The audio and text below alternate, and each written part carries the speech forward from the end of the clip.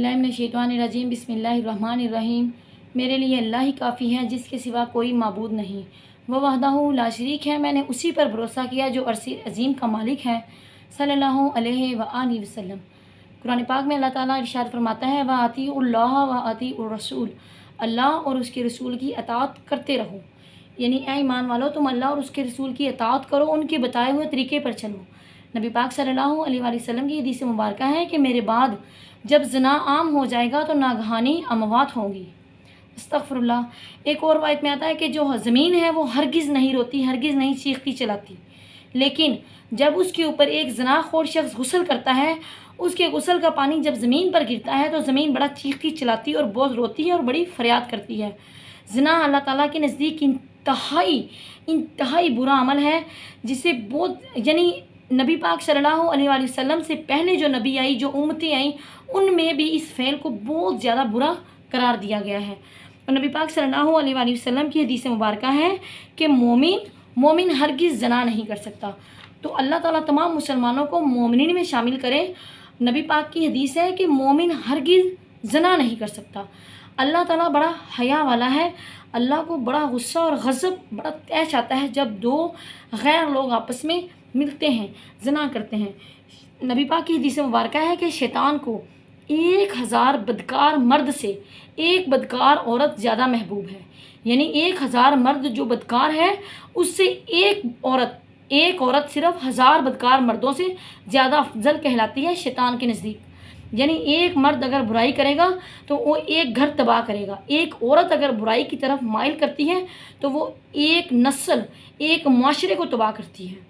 औरत को हदायत पर, एक औरत ने अगर इल्म हासिल किया, अल्लाह ताला की राह में निकली, तो वो तमाम नस्लों को लेकर निकली, तमाम नस्लें उसने आबाद कर दी।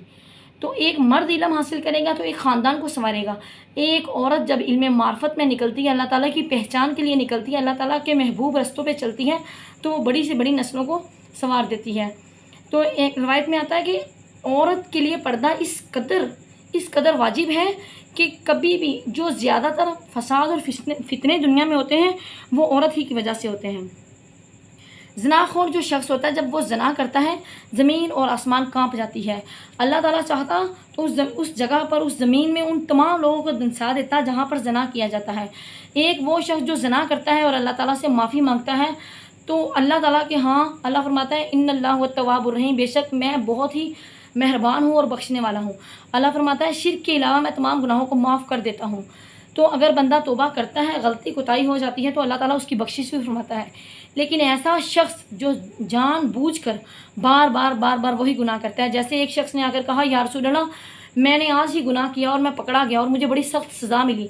सरकार दो आलम ने फरमाया कि ऐसा हरगिज़ नहीं है कि इंसान पहली मरतबा गुनाह करे और अल्लाह ताला उसको पकड़ ले। अल्लाह ताला हरगिज़ उस बंदे को नहीं पकड़ता जो पहली मरतबा गुनाह करता है। अल्लाह बंदे को 3 मौके देता है। अगर बंदा बाज ना आए तो वो कहते हैं ना, उसके दिल पर मोहर लग जाती है, उस गुनाह को वो गुनाह समझता ही नहीं, और उसमें वो माइल होता अपनी कब्र को भी गुनाहगार कर लेता है। और अल्लाह ताला के तो ज़ना एक जुर्म है और जुर्म की सज़ा अल्लाह दुनिया में ही देता है। इंसान के लिए बदकिस्मती के दरवाजे खुल जाते हैं। वो कहते हैं ना कि किस्मत एक दफ़ा बंदे के दर पर आती है और बदकिस्मती तो आती रहती है जब तक बंदे का दरवाज़ा ना खुल जाए। तो बदकिस्मती इंसान के दर पर उसी वक्त आना शुरू होती है जब इंसान फाहश होता है। बेहया इंसान कभी ईमान वाला नहीं हो सकता। अल्लाह ताला बड़ा हया वाला है और हयादार लोगों को पसंद फरमाता है। क्योंकि एक औरत जब हज़रत आयशा ने फरमाया था, या रसूल अल्लाह, मर्दों को इतने अल्लाह ताला ने मुकाम दिए हैं कि मर्द जहाद करें, अगर वो मर गए तो वो शहीद, अगर बचकर घर आ गए, कामयाबी हासिल की तो वो गाजी। नबी पाक ने फरमाया कि आयशा, औरतें जो घर पर रहती हैं और अपने शोहरों का ख्याल रखती हैं, उनके बच्चों का, उनके घरों का ख्याल रखती हैं, घर में जो काम करती हैं, वो उन्हें जहाद के जितना ही सवाब दिया जाएगा, वो जहाद ही होगा। लेकिन वो औरतें जो अपने सरों पर दुपट्टे लेकर रखती हैं, उस घर में तो फरिश्ते दाखिल ही नहीं होते। जिस घर में औरत सर पे दुपट्टा ना ले, जिस घर में औरत के सर पर दुपट्टा ना हो, उस घर में रहमतें बरकतें आती ही नहीं हैं। हमारे माशरे में आजकल ये औरत कह देती है कि मेरा भाई है, बेटा है, बाप है, शोहर है, ससुर है, ये जो रिश्ते हैं ये मेरे महरम रिश्ते हैं। तो चलो जी दुपट्टा उतारा, वहाँ कुर्सी पर रखा और घर का काम करना शुरू कर दिया। ऐसा ऐसा हरगिज़ नहीं होता। अल्लाह ताला ऐसे कामों से नाराज़ होता है। पहले वक्त होते थे ना बिजली पानी गैस ऐसी कोई सहूलतें नहीं होती थी। अगर बंदा हज उम्रे पर जाता तो बड़े बड़े दिन चलता ही रहता अल्लाह ताला की राह में। हमारी जो नेक बीबियाँ हैं, अज़वाज मुतहरात हैं, हमारी माएँ हैं, उनकी मुश्किलात अगर औरतें आजकल की देखें तो वो यकीनन रो पड़ें और वो बहुत ज़्यादा ज़ारो-कुतार रोएं। जैसे नबी पाक ने हदीस फरमाई है कि ऐ ईमान वालों, जो मैं जानता हूँ तुम नहीं जानते। अगर तुम जान लो तो तुम अपनी ज़िंदगी में बहुत कम हंसो और ज़्यादा तुम रो। तो ये जो नामहरम रिश्ते हैं इनसे पर्दा तो वाजिब है, हम पर लाजिम है, फ़र्ज़ है। क्योंकि सब चीज़ें जो सब गुनाह है ना, ये पर्दे की वजह से ही शुरू होती हैं। ऐसी आवाज़ ना निकालें जिसकी वजह से गैर महरम के दिल में तुम्हारे लिए मोहब्बत पैदा हो। ऐसी नज़रों से किसी गैर महरम को मत देखो कि उसके दिल में तुम्हारे लिए शहवत पैदा हो। ऐसे हाथ से किसी को टच मत करो। अपने सीनों पर दुपट्टे ओढ़े रखो, अपने सरों पर दुपट्टे लिए रखो। हज़रत आयशा फरमाती हैं कि हम हज पर जा रहे थे सरकार दो आलम सल्लल्लाहु अलैहि वसल्लम के साथ। जब हम हज पे जा रहे थे तो हमारे पास से जब कोई काफ़िला गुजरता तो हम ये जो दुपट्टे बड़ी बड़ी हमने चादरें ली रखी थी, जब हमारे पास से कोई काफ़िला गुजरता तो हम अपने चेहरों को छुपा लेती। लेकिन जब वो काफ़िला गुजर जाता तो हम अपने चेहरों से दुपट्टे थोड़ा सा पीछे कर लेती। यानी नबी सल्लल्लाहु अलैहि वसल्लम दो जहां के बादशाह, नेक बीबियां उनके साथ अज़वाज मुतहरात, उनके पर्दे का ये आलम है। तो आज की औरत कैसे कह सकती है कि हया सिर्फ आंखों में होनी चाहिए? हया सिर्फ आंखों में नहीं। अगर आंखों में सिर्फ हया होती तो अल्लाह ताला कह देता आंखों का पर्दा करो। रब ने फरमाया है कि औरतों को कि तुम छुपाओ, खुद को, अपने आप को छुपाओ। औरत का मतलब है पर्दा। नबी पाक से पूछा गया था कि बेहतरीन चीज़ क्या है, औरत में बेहतरीन खूबी क्या है? सरकार दो आलम ने फरमाया बेहतरीन खूबी ये है कि ना वो किसी नामहरम को देखे, ना नामहरम उसको देखे। एक औरत सरकार दो आलम के पास आई, फरमाती है या रसूल अल्लाह, मेरा दिल करता है कि मैं भी मस्जिद में नमाज़ पढ़ूँ।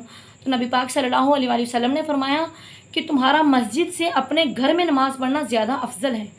अगर मर्दों को 10 गुना ज़्यादा अजर दिया जाता है मस्जिद में जाकर नमाज़ पढ़ने का, तो औरत को अपने घर में ठहर कर 10 गुना ज़्यादा अजर दिया जाता है नमाज़ पढ़ने का। औरत की नमाज मस्जिद में नमाज़ पढ़ने से ज़्यादा अफजल है। अल्लाह ताला रुख मोड़ लेता है उन चेहरों से जो चेहरे ज़ना में मुब्तला होते हैं। अल्लाह ताला रहमान है, रहीम है। अल्लाह की रहमानियत का, रहीम होने का, उसकी रहमत का नाजायज़ फ़ायदा नहीं उठाना चाहिए कि वो रहमान है, हमें बख्श देगा। लेकिन कुछ गुनाह ऐसे हैं जो उसके नज़दीक बड़े ही बुरे फ़ेल हैं। उसने तुम्हारे लिए हलाल बीवियाँ अता की हैं। अल्लाह ताला ने औरत को पर्दे का हुक्म दिया और फरमाया कि तुम्हें जन्नत में ऐसे ऐसे अजर, ऐसे ऐसे फल, ऐसी ऐसी नेमतें अता करूँगा कि तुम्हारे ख्वाबो ख्याल में नहीं होगा। और मर्द को तो अल्लाह ताला ने, अगर उसके अंदर शहवत का असर ज़्यादा है तो अल्लाह ने फरमाया कि तुम शादियाँ करो, 2-2 करो, 3-3 करो या 4-4 करो। उसके बाद भी जो मर्द ज़ना करते हैं उनको हुक्म दे दिया तुम्हारे लिए 70 हूरें हैं। अगर तुम दुनिया में सब्र करो तो मैं तुम्हें 70 हूरें अता करूँगा। फिर नबी पाक ने यह भी फरमाया कि मोमिन तो हरगिज़ ज़ना नहीं कर सकता। नबी पाक की हदीस है, मोमिन हरगिज़ ज़ना नहीं कर सकता। तो ये कैसे मोमिन हो सकते हैं जो 2-2, 3-3, 4-4 शादियाँ भी करते हैं और फिर भी बाहर गैर औरत की तरफ नज़र उठाकर देखते हैं? या वो कैसी औरत हो सकती है जिसे अपने घर में तमाम आसाइश सहूलियात मैसर हों? आजकल के ज़माने में ऐसा हरगिज़ नहीं है कि औरत को तमाम सहूलतें मैसर ना हो। हर चीज़, हर सहूलत मैसर होती है। फिर वो कैसे किसी गैर महरम की तरफ देख सकती है? बड़ी से बड़ी जो मजबूरी है इंसान को ज़ना की तरफ माइल नहीं कर सकती। नबी पाक की हदीस मुबारक है, देखें अल्लाह ताला रहमान और रहीम है। हम कहते हैं अल्लाह अपनी रहमत के सदक़े हमें बख्श देगा, लेकिन जब हम दुनिया में ही अपने रब को नाराज़ करके जाएंगे तो वो रब हम पर रहमत कैसे करेगा? कब्र में 2 गज़ की ज़मीन होगी, उधर अंधेरा ही अंधेरा होगा। रोशनी तो साथ लेके जानी है ना, उस रहमान को मना कर लेके जाना है। वो कहते हैं ना, काश अल्लाह तो मेरे सामने होता तो मैं तेरे पाँव पकड़कर तुझसे माफ़ी मांग लेता। तो या रब, मैं तुझे देखता नहीं हूँ लेकिन सजदे में गिरकर मैं तुझसे माफ़ी मांगता हूँ, तू मुझे माफ़ कर दे। उस रहमान को राज़ी करके उसकी रोशनी, उसके नूर की रोशनी अपने कब्रों में लेकर जानी है, ना कि ज़ना की गंदगी अपनी कब्रों में लेकर जानी है।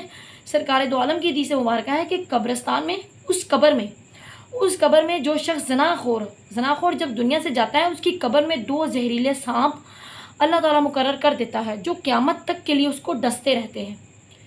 और जहन्नम में वो मुद्दत तक वो लोग रहेंगे जिन्होंने दुनिया में बड़ा ज़िना किया होगा।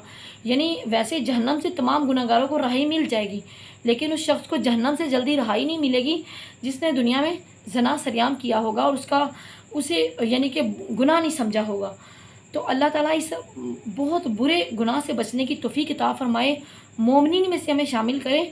जब कब्र में इंसान को उतारा जाता है तो वो रहमान के अलावा किसको पुकार सकता है?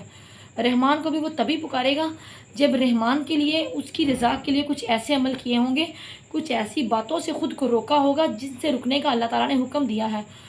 तो खुदारा अल्लाह रहमान और रहीम है, वो हमें बख्शने वाला है। हम तमाम गुनाहगारों की मग़फ़िरत फरमाए, हमें ऐसे गुनाहों से बचने की तौफ़ीक अता फरमाए जिन गुनाहों की वजह से अल्लाह हमसे रुख मोड़ लेता है। यहाँ तक कि सरकार दो आलम सल्लल्लाहु अलैहि वसल्लम को जब किसी ज़ानी का पता चलता तो वो रुख मोड़ लेते। जैसे उनकी महफ़िल में एक औरत आई तो कहा, या हज़रत मुझसे ज़ना हो गया है। सरकार दो आलम ने फरमाया कि तुम्हारे पेट में जो बच्चा है, उस औरत ने कहा ये ज़ना का ही है। सरकार दो आलम ने फरमाया इसको पैदा करो। जब वो बच्चा पैदा हुआ तो वो औरत फिर आई। सरकार दो आलम ने फरमाया इसको 2 साल तक दूध पिलाओ। उस औरत ने 2 साल तक उस बच्चे को दूध पिलाया। 2 साल के बाद जब वो औरत उस बच्चे को लेकर नबी पाक सल्लल्लाहु अलैहि वसल्लम की महफ़िल में आई तो नबी पाक ने फरमाया, देखा कि उसके हाथ में रोटी का नवाला है और वो बच्चा खा रहा है। सरकार दो आलम ने फरमाया इसको संसार कर दो। एक बड़ा सा गड्ढा खोदा गया और उसके अंदर गर्दन तक उस औरत को डाल दिया गया और उसके सर और चेहरे पर पत्थर मारने शुरू कर दिए, यहाँ तक कि वो मर गई और नबी पाक ने उसके जनाजा पढ़ाने का हुक्म दिया।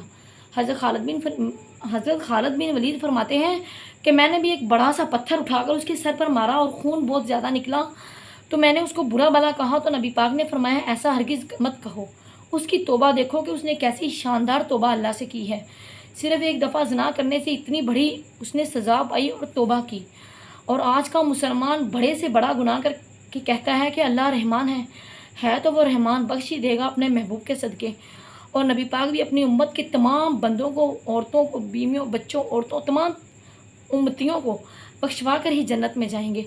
लेकिन इसका हरगिज़ मतलब नहीं है कि इतने बड़े गुनाह किए जाएं कि ज़मीन भी रोए और आसमान भी कांपे। अल्लाह की बनाई हुई चीज़ें हैं, ये जहाँ ठहरी हैं वहाँ ही ठहरी रहें। क्योंकि अल्लाह फरमाता है कि ऐ ईमान वालों, क्या तुमने कौमे लूत का हाल नहीं देखा था? क्या तुमने कौमे लूत का हाल नहीं देखा? किस कदर उनके ऊपर अजाब आया, कैसे उनकी ज़मीन को उल्टा दिया गया, कैसे उनको जहाँ जहाँ थे वहीं पर अकड़ा दिया गया। तो अल्लाह ताला के अजाब से, अल्लाह के गज़ब से डरना चाहिए, आखिरी वक़्त से डरना चाहिए। जो इंसान अच्छाई और बुराई हर इंसान अपनी दुनिया पर ही भुगत कर जाता है। अल्लाह ताला तमाम मुसलमानों को अच्छाई और नेक अमल करने की तौफ़ीक अता फरमाए और गुनाहों से बचने की तौफ़ीक अता फरमाए। अल्लाह तमाम औरतों को नामहरमों से अच्छी तरह पर्दा करने की तौफ़ीक अता फरमाए और जो महरम रिश्ते हैं उनसे भी अपने सरों पर दुपट्टा लेकर रखें, क्योंकि जो महरम रिश्ते हैं उनसे भी आप लोग ऐसा हरगिज़ नहीं कर सकते कि दुपट्टा उतार के अपने घरों के कामों में मशगूल हो जाओ। नहीं, अपने सीनों पर दुपट्टे लेकर रखो। आपके चेहरे, आपके हाथ और पाँव आपके महरम रिश्ते देख सकते हैं, जैसे आपका भाई, बाप, बेटा। तो ये आपके ऐसे जिस्म के कुछ चंद वाज़िया हिस्सों को देख सकते हैं। ऐसा हरगिज़ नहीं है कि तुम इतने बारीक लिबास पहनकर बाहर जाओ, नामहरम लोग भी तुम्हें देखें और महरम भी तुम्हें देखें। तुम्हारा भाई, बाप, बेटा और शोहर, ये एक औरत इन चारों को जहन्नम में लेकर जाएगी। जो औरत ऐसा लिबास पहनकर बाहर जाएगी जिससे गैर मर्द जो हैं वो मुतासर होते हैं। तो खुदा रहा ऐसी आँखें, ऐसी ज़ुबान, ऐसे लहजे, ऐसे लफ्ज़ हरगिज़ बयान मत करें जिसकी वजह से नामहरम के दिलों में शहवत पैदा हो और एक औरत तमाम माशरे को तबाह करती है। अल्लाह ताला ऐसी औरतों से बचने की तौफ़ीक अता फरमाए और उनको नेक हदायत, नेक रास्ते पर चलने की तौफ़ीक अता फरमाए। अब बड़े गुनाहगार से, ख़ताकार से बंदे हैं, अल्लाह ताला जिसको चाहता है उसे हदायत देता है। तो अल्लाह ताला से दुआ है कि अल्लाह ताला हम तमाम मुसलमानों को, नबी पाक सल्लल्लाहु अलैहि वसल्लम के उम्मतियों को हदायत अता फरमाए और नेकी के रास्ते पर चलने की तौफ़ीक अता फरमाए और ज़ना जैसे गलीज़ और कबीरा गुनाह से बचने की तौफ़ीक अता फरमाए। इस वीडियो में जो भी गलती कोताही हो गई हो, अल्लाह पाक मुझ गुनाहगार को माफ़ फरमाए और तमाम सुनने वालों के भी मग़फ़िरत फरमाए। वमा अलैना इल्लल बलागुल मुबीन।